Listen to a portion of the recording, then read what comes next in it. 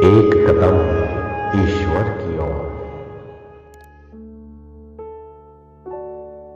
निर्वाण प्रकरण उत्तरार्ध 173वां सर्ग। जैसे चित्त का भी देहादि जड़ पदार्थों में अहंता का आग्रह है और जैसे उसकी सर्वात्मकता है उसका प्रतिपादन।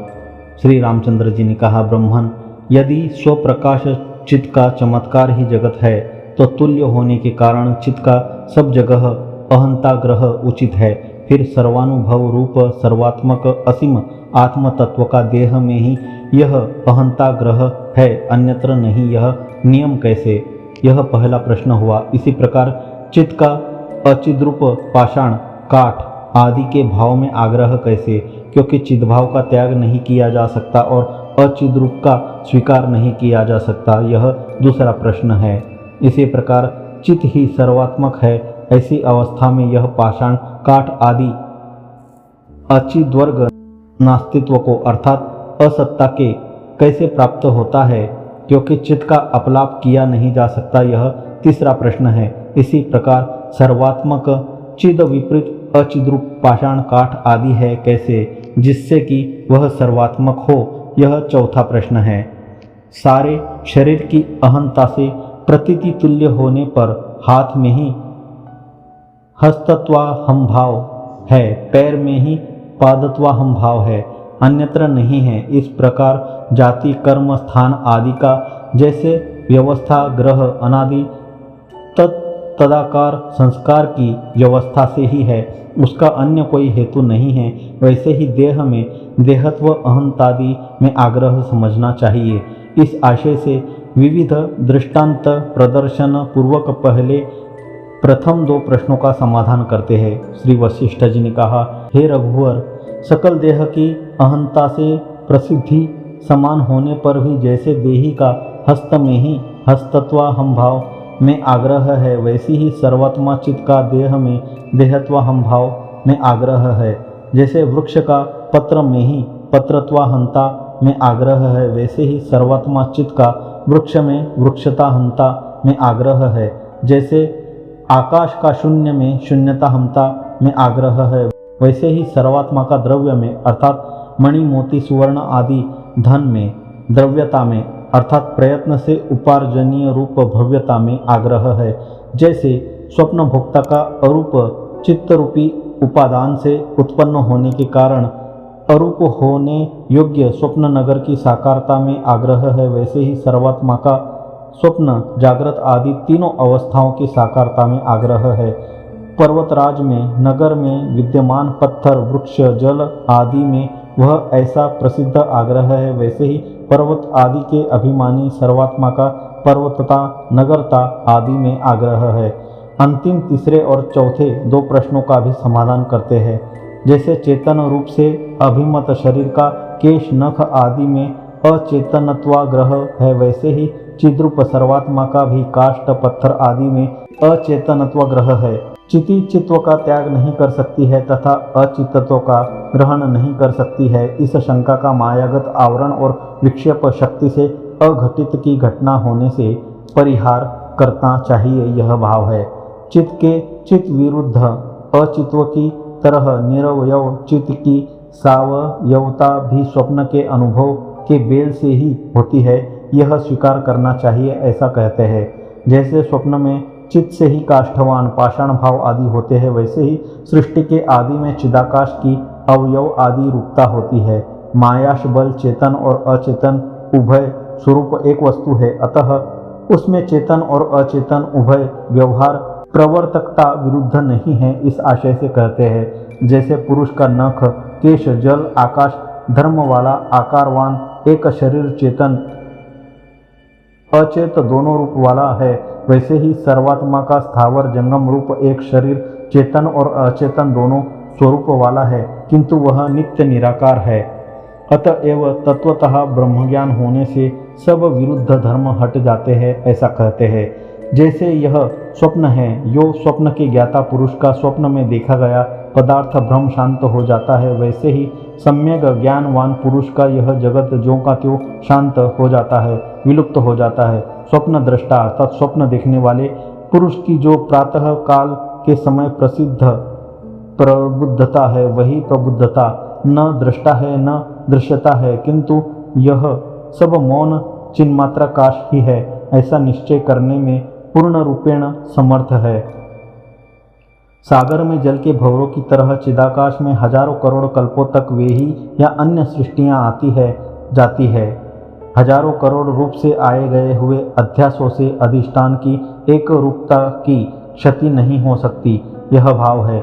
जैसे जल समुद्र में तरंग आदि में भासमान आवर्त बुद्ध आदि नाना स्वरूप बनाता है, वैसे ही मायाश बल चेतन अपने चेतन में सृष्टि आदि नाना संज्ञाएं करता है। अतत्वज्ञ जनता के निश्चय के सिवा तत्वज्ञानी के प्रति यह यथास्थित विश्व सदा निर्विकार ब्रह्म ही है, यानी तत्वज्ञ इस संपूर्ण प्रपंच को निर्विकार ब्रह्म ही जानता है, मगर अज्ञानियों का निश्चय इससे विपरीत है। मैं तरंग नहीं हूँ बल्कि जल ही हूँ, ऐसा युक्ति पूर्वक जिस तरंग ने समझ लिया, फिर उसकी तरंगता कैसे रह सकती है। अचेतन में भी चेतनता के आरोप से यह कथन है, यह समझना चाहिए। चूँकि जल की तरंगता के समान इस परम ब्रह्म की जगत्ता का भान है, अतएव तरंगत्व अतरंगत्व यानी तरंग के सदृश जगत्ता और अजगत्ता ब्रह्म की दो शक्तियां हैं। हे श्री राम जी, अपने वास्तविक रूप का त्याग न कर रहे चिदाकाश का स्वप्न की तरह अन्योन्य के धर्मों के आदान प्रदान से व्यत्यस्त चेतनता वाला मन की समष्टि से उपहित जो रूप है वह मन ब्रह्म पितामह इत्यादि शब्दों से कहा गया है। इस तरह आदिम प्रजापति निराकार निर्विकार तथा चिन्मात्र स्वरूप संकल्प नगर के तुल्य कारण विहीन है। जिस सुवर्णमय अंगद ने अर्थात बाजूबंद ने अंगदत्व नहीं है, अर्थात सुवर्ण ही सत्य है, विकारभूत अंगदत्व नहीं है, यह निश्चय पूर्वक जान लिया, उसकी अंगदता कैसे हो सकती है? उसकी विशुद्ध सुवर्णता ही है। चिन्मात्र आकाश स्वरूपी जन्मदि विकार विहीन परम ब्रह्म में अर्थात अहम, मैं, त्वम अर्थात तुम, जगत इत्यादि संकल्प मात्र रूप जो भान हुआ है वह ब्रह्म रूप ही है, यानी समष्टि के चिन्मात्र रूप सिद्ध होने पर उसके व्यष्टि रूप हम लोगों का अनुक्त भी चिन्मात्रत्व स्वयं सिद्ध हो गया, यह भाव है। चिदाकाश में जो शून्यता रूप चित्त के चमत्कार स्फुरित होते हैं वे ही ये सृष्टि प्रलय और स्थिति के ब्रह्म ज्ञान है। चिन्मात्र आकाश का स्वयं ही स्वप्न तुल्य चित्तता रूप जो निर्मल स्फुरण है वही यह पितामह अर्थात ब्रह्मा है। जैसे समुद्र में तरंग निरंतर उसी रूप से अर्थात अपने पूर्वतन रूप से अथवा उससे विलक्षण रूप से फूटता है, वैसे ही चिदाकाश में आदि और अंत रहित सृष्टि और प्रलय का विभ्रम भी निरंतर फूटता है। चिदाकाश का मनोहर स्फुरण विराट के नाम से प्रसिद्ध है। उस विराट का मन रूप ब्रह्मा भी जो कुछ भुवन भूत आदि रचेगा वह भी संकल्प नगरवत ही काल्पनिक होगा, न कि सत्य। वह विराट ही सृष्टि है, वही स्वप्न है, स्वप्न ही जागृत व्यष्टि समष्टि स्वरूप बन गया। जैसे घनी सुषुप्ति निद्राधिक्य रूप अंधकार से स्वप्न होती है, वैसे ही प्रलय में अविद्या रूपी अंधकार से आवृत्त आत्मा ही जगत रूप होता है। सकल जगत का विराट के अंग रूप से वर्णन करते हैं। अवांतर प्रलय रूपी ब्रह्मा की रात्रि विराट रूपधारी परमात्मा के केश रूप से उदित है। दिन और रात्रि काल और क्रिया नाम की उसके शरीर की संधिया अर्थात जोड़ है। अग्नि उसका मुंह है, द्युलोक मस्तक है, आकाश नाभि है, पृथ्वी उसके चरण है, चंद्र और सूर्य दो नेत्र है, दिशाएं कान है। इस तरह से मन की कल्पना ही विराट के आकार से परिपुष्ट हुई। इस प्रकार भली भांति दृष्टिगोचर हो रहा विस्तृत आकृति वास्तव में शून्यात्मा अतएव हमारे मनोरथ से कल्पित पर्वत के तुल्य विराट स्वप्न के आकार से स्थित है, वास्तव नहीं है। यो उसकी हमारे स्वप्न से तुल्यता ही सिद्ध हुई, अतः निष्प्रपंचता ही परमार्थ है, यह आशय है। जो चिदाकाश में चेतन स्वरूप जीव भाव को प्राप्त होकर स्वयं अत्यंत प्रदीप्त होता है वही यह जगत है।